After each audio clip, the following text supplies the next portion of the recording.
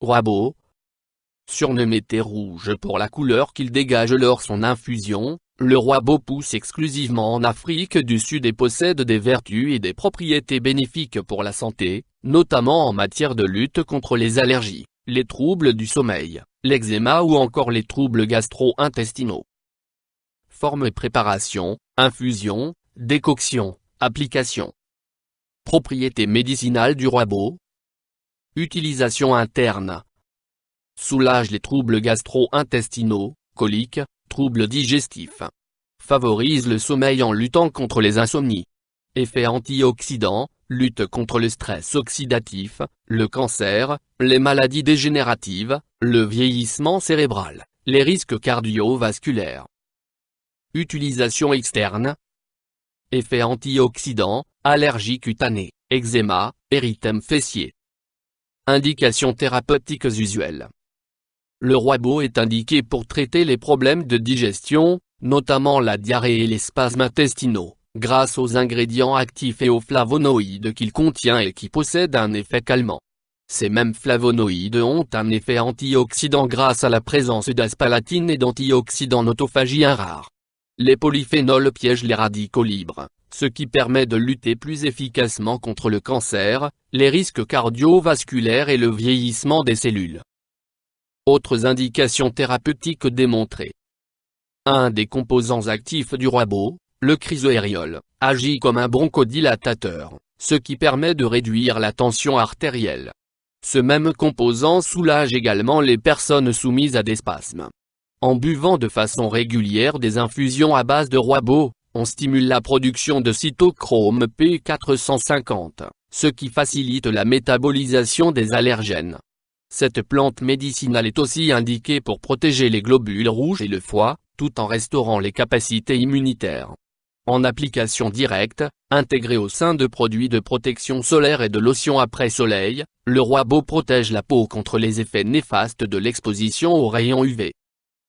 Histoire de l'utilisation du roibo en phytothérapie.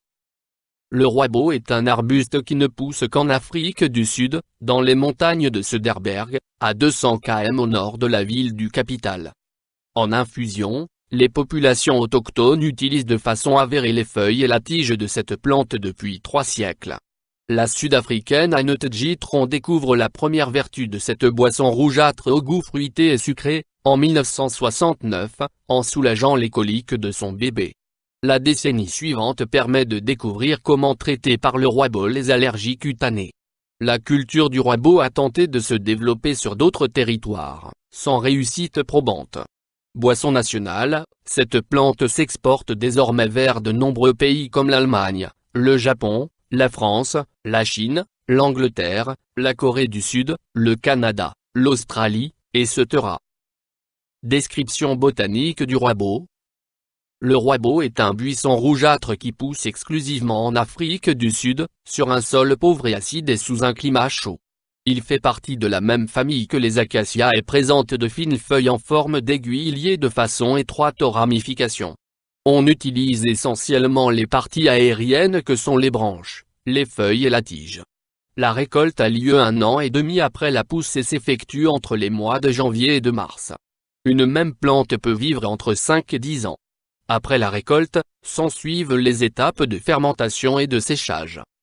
Composition du roibo. Parties utilisées. Les feuilles et la tige sont les parties utilisées en phytothérapie. Principes actifs. Flavonoïdes, donc quercétine, isoquercétine, rutoside, notophagine, aspalatine, tannin, huile essentielle, oligoéléments, polysaccharides, acide ascorbique. Utilisation et posologie du roibo. Dosage. Le roibo, en fins morceaux légèrement fermentés, se consomme de façon traditionnelle sous forme d'infusion. Moins le dosage envisageable est d'un sachet ou d'une cuillère à thé par tasse d'eau bouillante. La durée d'infusion est plus longue que pour l'infusion du thé de Ceylan, évaluée entre 7 et 10 minutes dans de l'eau chauffée à 100 degrés C.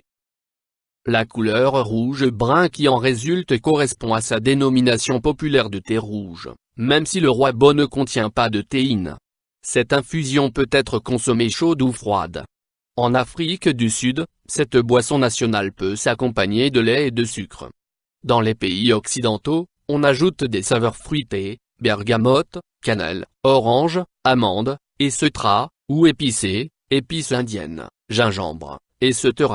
La présence en très petite quantité de tanin offre un goût plus corsé par rapport au thé traditionnel.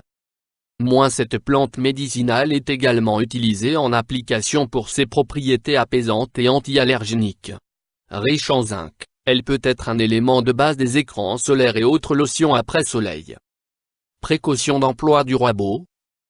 Aucune précaution particulière, excepté le fait que le roibos, naturellement rouge, tache les objets et les vêtements. Contre-indication. Aucune contre-indication connue. Effet indésirable.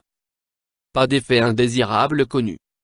Interaction avec des plantes médicinales ou des compléments. Aucune interaction connue avec des plantes médicinales ou des compléments. Interaction avec des médicaments. Aucune interaction médicamenteuse connue. Avis du médecin. Des bienfaits reconnus. Plusieurs études médicinales ont démontré les bienfaits du roibos, comme en 2003, avec les recherches menées par l'American Botanical Council.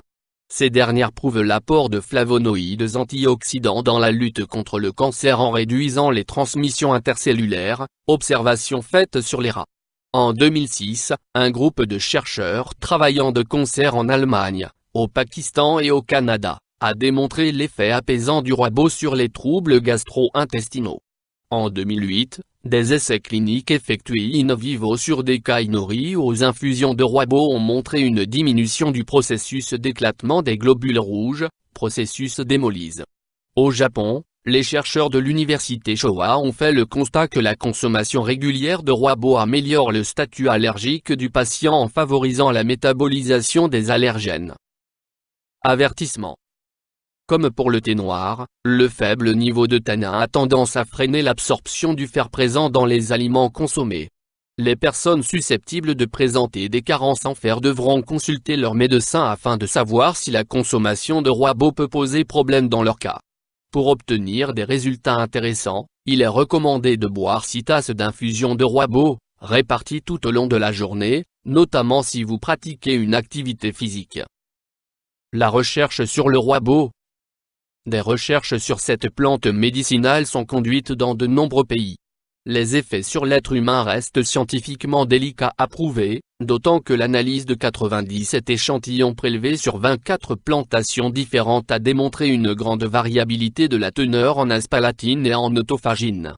Ces principaux actifs sont essentiels afin de donner au roibos des propriétés efficientes sur la santé. Plusieurs défis sont donc proposés pour prouver les qualités anti-allergiques du roibos, ses bienfaits sur le système immunitaire, ou encore son efficacité anti-cancer et anti-vieillissement. YouTube Dr Alabé,